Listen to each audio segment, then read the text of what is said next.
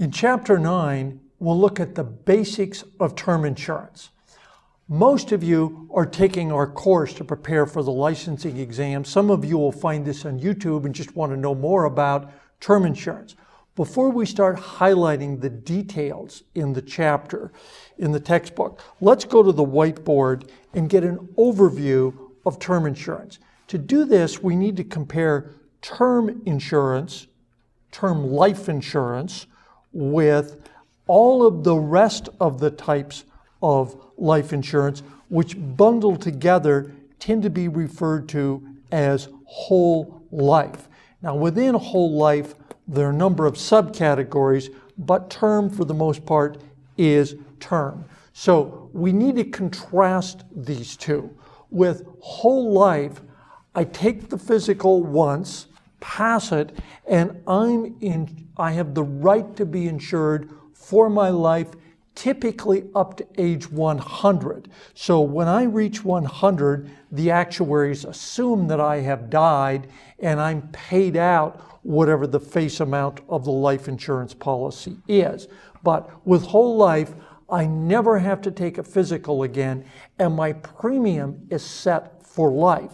So if I want a set premium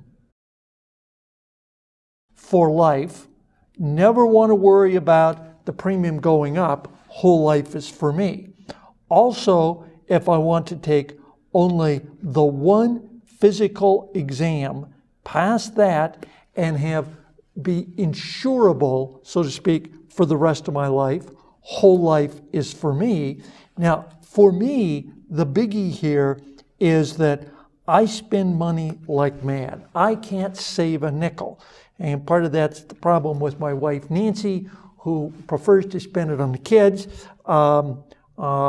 If she didn't spend it, I'd spend it, so I really can't blame Nancy. But the third thing I'd like that I get with whole life is, in effect, a forced savings account. So I set up with whole life a savings account, and every year when I pay my premium, part of my money goes into the savings account, and at some point, if I'm broke, I could cash this policy in, take the money and run. I could also borrow against it at a fairly low interest rate, and probably when I reach age 75, 80, whatever, I'm going to feel a little foolish buying life insurance. I probably don't need it at that point. So what I would probably do with the whole life policy at age 75, 80, 65 maybe, is cash it in and take that money and buy a boat and sail around the world, or cash it in and buy an annuity that will pay me so much money for the rest of my life, or use the money to buy rest home insurance or whatever. So that forced savings plan can be a good deal for me when I'm younger, a good deal for me when I'm older, and not very many people actually keep their whole life policies to age 100. So what does term do on the other hand? Well, the key thing that everybody says you need to know about term insurance is it's cheaper.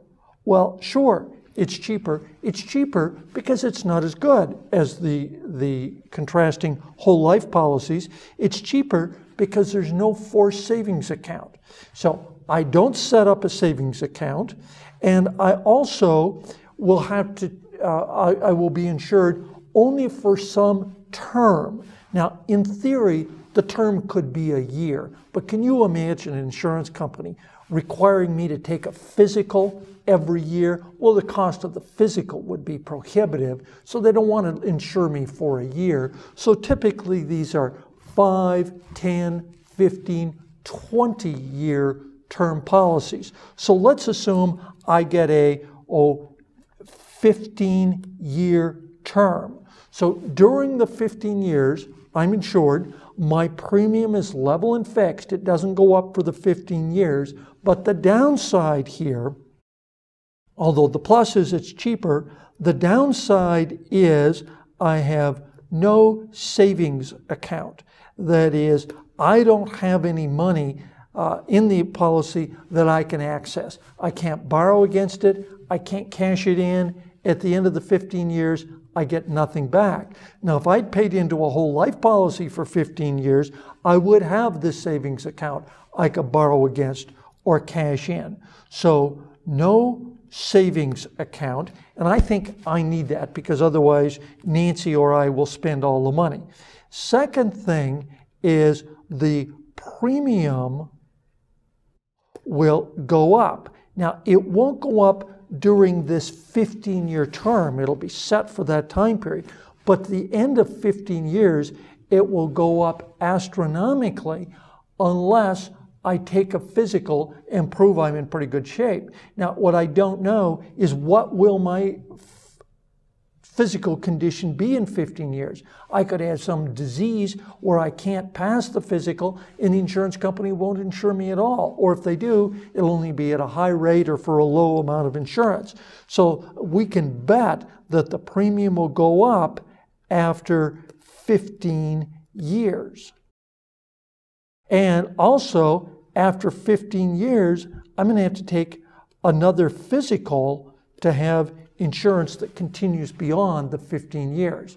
But if I know that I only need insurance for 15 years because after that a trust fund kicks in and is going to provide for me and the family for the rest of our lives, then term insurance would be fine. I often hear the phrase, buy term and invest the rest. I can assure you, in my family, we never invest the rest. We spend it. We go to Disneyland, we buy the ski boat, we blow the money in some way. So if I could look ahead, for me, I should have known that whole life would be better for me than for term. But in a whole lot of situations, term is absolutely perfect. So realize that it is cheaper because you don't get as much with term as with the other forms of whole life insurance. So understanding the basics, that I'm insured only for some set time period, a term, that after that the premium will go up, but during the term period it won't, and that after the 15 years I'm going to have to take another physical and prove insurability to get more insurance.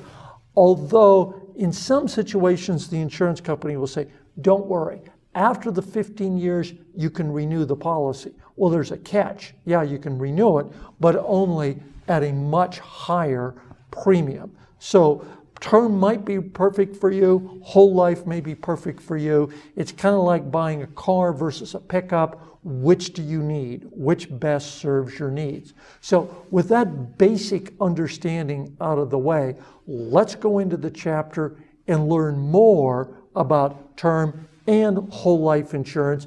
If you're not presently one of our students, go to our website at americasprofessor.com and you can see sample chapters and learn more about our courses to prepare you for the licensing exam.